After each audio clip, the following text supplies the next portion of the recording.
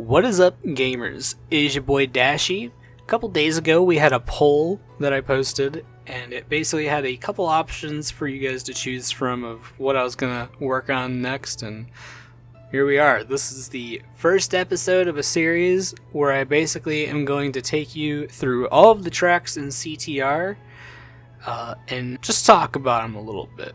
We're gonna go through basically how the track plays out in time trials versus the Tropy and Oxide Ghosts. We'll talk about Ring Rally, and we'll talk a little about how I feel about the track itself in online. So, before we really get started and get into this, I do want to quick lay down some ground rules, I guess I could say, of some of the vocabulary that I will be using. The game has been out for a few months now, so I'm going to go ahead and say that probably most of the people that are interested in watching this video have an idea of how this stuff already works. But for the few stragglers, in case you get some new people that they're joining and picking up the game during Christmas or whatever, gonna go over some definitions of some words that I'll probably be using throughout this series. So, when you do 3 mini turbos in a row, without a boost pad, nothing at all, just 3 slide boosts in a row, and all 3 of them are perfect, or at least the third one is perfect,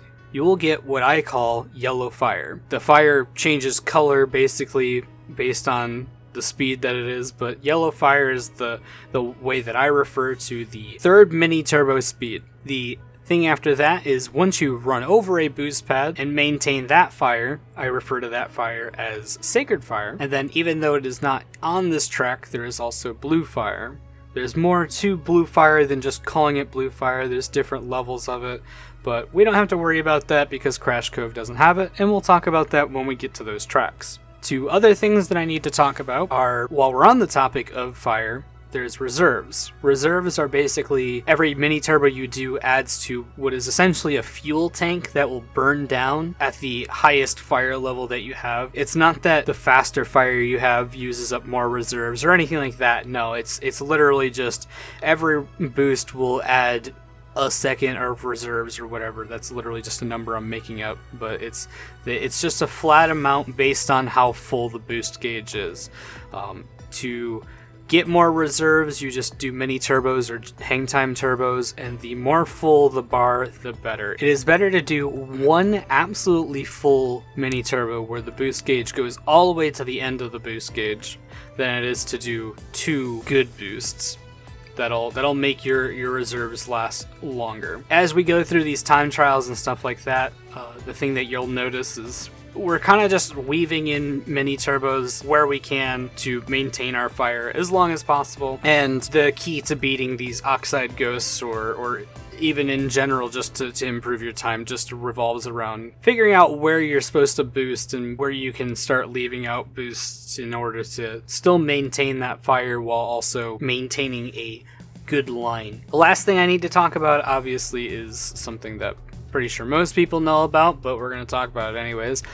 U-turning. U-turning is where you press down on the directional pad, whether it's the D-pad or your analog stick if you're a weirdo, and then square. And then you also press the direction that you wish to turn. This shouldn't be confused with where you're in the air and then you just hold square and then a direction. That's just an in-air brake slide, or I guess you could also call it air braking. But U-turning is U-turning where you also use the down button on the D-pad. You do not lose fire if you do this on the ground. You can actually do U-turns on the ground and it will not kill your fire as long as you have the down button held prior to pressing square, and then you also let off of the down button after you let off of the square button at the end of the U-turn. So the down button is the key to that. You use that to get around tight corners, and you can also obviously use it in the air as well. If you jump, you lose less speed, but if you do it on the ground, you can actually make some tighter corners. So there's some pros and cons to each one. So I think that pretty much covers everything. Let's just jump right into the time trial. If you don't remember from the original game, if you rev your engine a couple times at the starting line before the start light actually goes green, you can get your boost gauge to fill up to the edge of it, and then you'll get a better boost start if you can line up the green light with getting the boost gauge all the way to the end. So we start off this time trial and we do a couple mini turbos on the first straight, then we cut the first corner to the left basically as hard as possible. We don't need to take that ramp anymore because there's no Wumpa fruit in a time trial. So we jump up here to the shortcut, and then at the end of this we actually jump off from the left side of the sign. Then as we go across the bridge, we're going to jump off the bridge to the left onto the beach below to get a hang time turbo, and then if you line it up correctly you can actually get a hang time turbo again off that little ramp.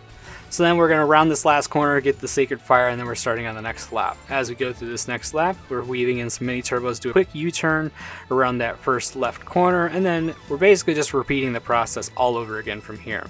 Now, personally for me, as I jump off this bridge, I try to keep to the right a little bit because for whatever reason, if you're closer to the bridge, that incline is a little bit higher and you get a more consistent jump to get a hang time boost rather than other times where it's just kind of, you might not get enough hang time. And going on to lap 3, doing the whole process all over again, just weave in a couple mini turbos and hang time boosts and you'll be on your way as you're cutting this corner as absolutely close as possible. Again, for all time trials, pretty much you're basically just going to be trying to keep as close to the inside line as possible, and that's how you save a bunch of time. So that is the end of the time trial. 120 is actually pretty solid for acceleration. I don't really honestly know what the Oxide and Tropy times are offhand, but what you're going to end up finding out is if you can hold fire for all 3 laps or whatever, basically as soon as you can get fire you can hold it the whole time, you'll have absolutely 0 issues ever beating the Oxide Ghosts. So now we'll move on to the Ring Rally. Now since Ring Rally lasts a little bit longer, I have a little bit more time to ramble on about stuff. So the first thing I want to talk about is the part where when they advertised Ring Rally before it came out, they talked about how the Ring Rally mode was supposed to train you to take the best lines, or really good lines basically, to help you improve your game, and you'd be able to apply it for time trials or online races or whatever. And I think of Crash Cove being my favorite example to give of what were they talking about when they said this. What did they mean by this? Because you're going to notice that basically we go all the way on the outside of a lot of these. So we'll talk a little bit about Ring Rally in general. In Ring Rally, basically what happens is every ring that you hit will add to your score and then also add a little bit of time. Your early laps will give you more time added per ring hit, and then as more laps go by, there's a multiplier that will go up, and then you will also gain access to a faster fire level with every single lap, leading all the way from lap 3 giving you the slowest blue fire possible all the way to lap, I think it's 8, where the small blue rings start, and that one's the fastest one you can get, at least from Ring Rally. I'm not sure if that's actually the fastest in the game, but let's just go with it for right now. So another thing about Ring Rally is that doing mini turbos doesn't actually do as much for you, or it's not as necessary, because every ring that you go through actually gives you a little bit of reserves as well. So when you see people going for high Ring Rally scores, you're going to actually see most of them not really do that many mini turbos past like the first couple laps. And the last thing to really talk about here is that as you start going faster and faster, you will start to see different spots where you shouldn't jump anymore, because if you do, you're going to jump straight over the rings. And in that case, we have that for Crash Cove with the pirate ship rings, because for whatever reason the best line to take involves going all the way out to the crab rave and then off of the pirate ship, and then at the start of the lap also going on the outside. But whatever. On the pirate ship, if you jump, I think it's on lap 5 or lap 6, you'll most likely go over those rings. So instead of jumping, you can either just drive straight off the edge or you can power slide off of it. It really doesn't matter. I personally power slide off it because I feel like I can control it a little bit better. Just kind of do it the way you wish. But aside from that, there's not really too much else to talk about Ring Rally itself, or even really this track. You're just kind of maintaining your fire while also, similar to time trials, just try to hold it closest to the wall as you can while obviously not missing rings. If you miss rings, I mean, that's the worst possible thing you can do. Like, you don't want to take a shortcut and save a quarter of a second by cutting a line closer in exchange for missing a ring, because it's just not worth it to do that.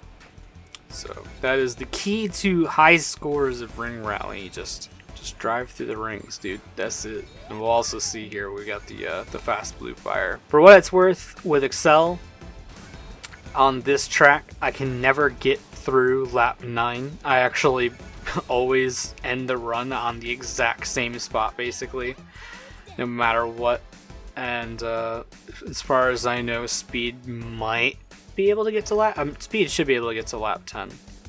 Can't remember for sure, but this is about where you end up cutting it off.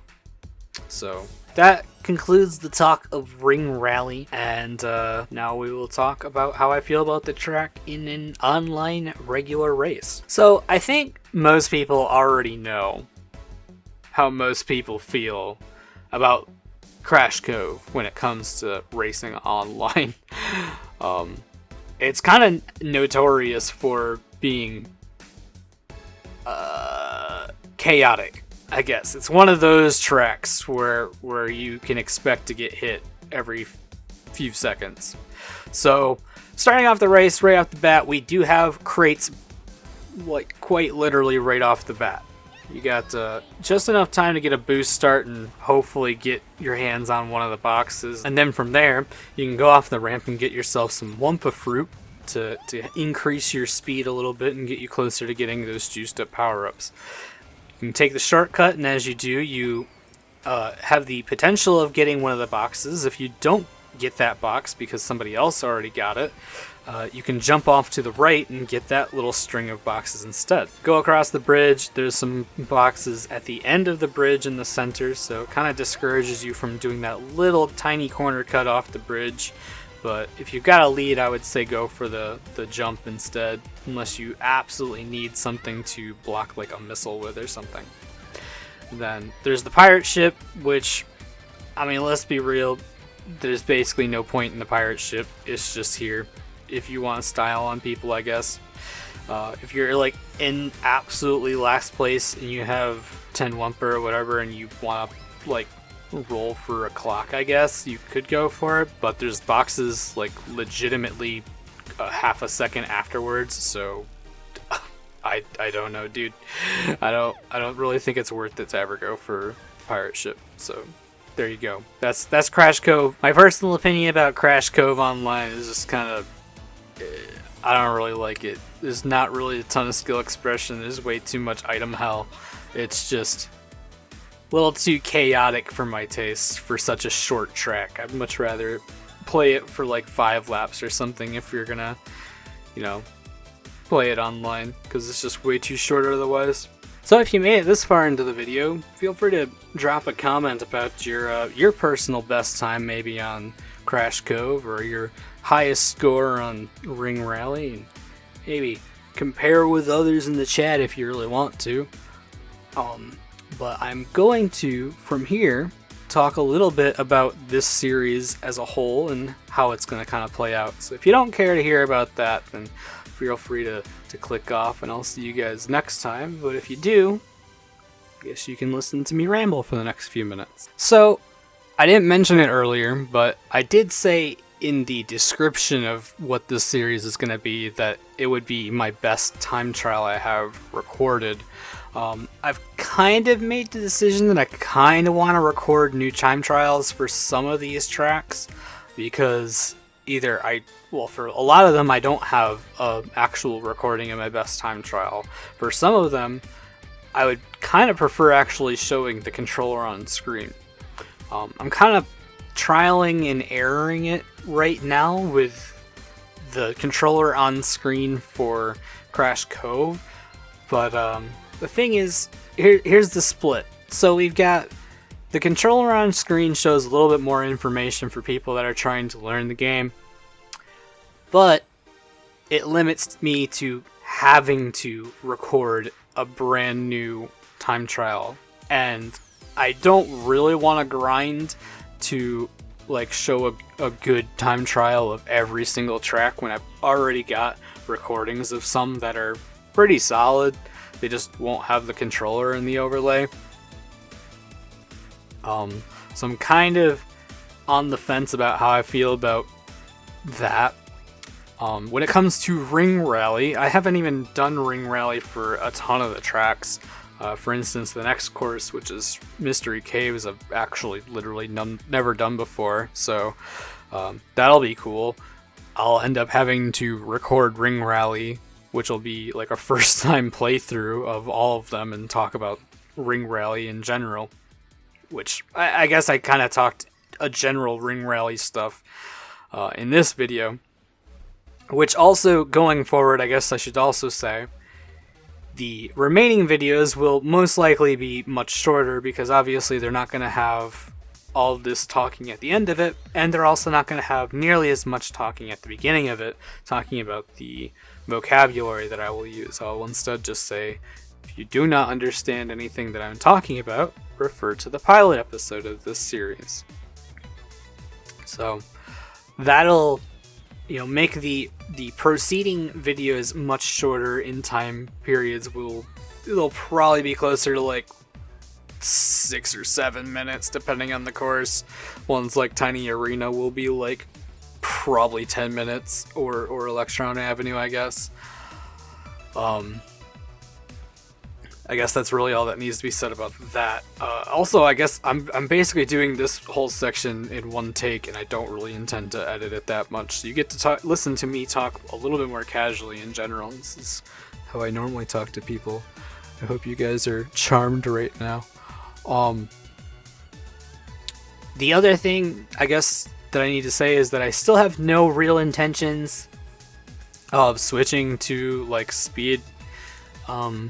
I'll probably try to go over some shortcuts you can do exclusive to speed if I can pull them off myself. I am able to do some of them, such as like the lap 1 Mega Lake skip with speed on Polar Pass. I can pull that one off, at least to the point of showing it off.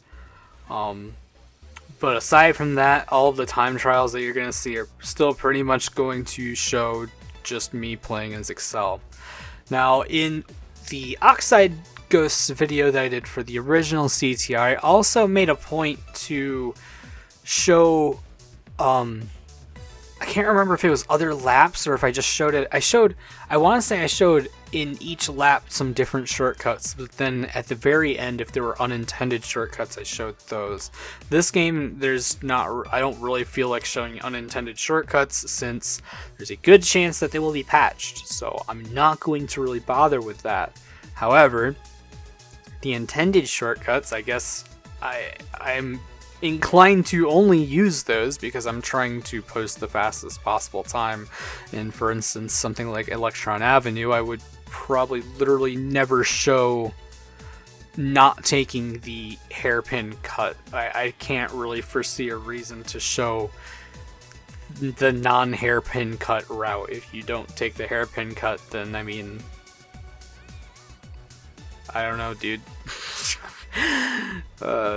You don't need me to show you how to not do a shortcut, I guess. It's kind of how I feel. So I think this is kind of the format that I'll probably stick with, where it's just lap 2 and 3 are going to be the exact same pretty much, but lap 1 will be the starting lap special basically. And maybe I'll talk about some like different lines you can take, but I don't really know yet. I've kind of rambled a lot at this point. I don't really know if there's anything else important that I need to talk about, so I think I'm just gonna call it there. Thank you guys if you listened to all this rambling at the very end, and I hope you guys enjoyed episode 1 of this, which rambled on for much longer than the 5 minutes that I put on the poll thing. Like I said, the per seeing videos will most likely be a lot closer to that time frame. And I'll see you guys later.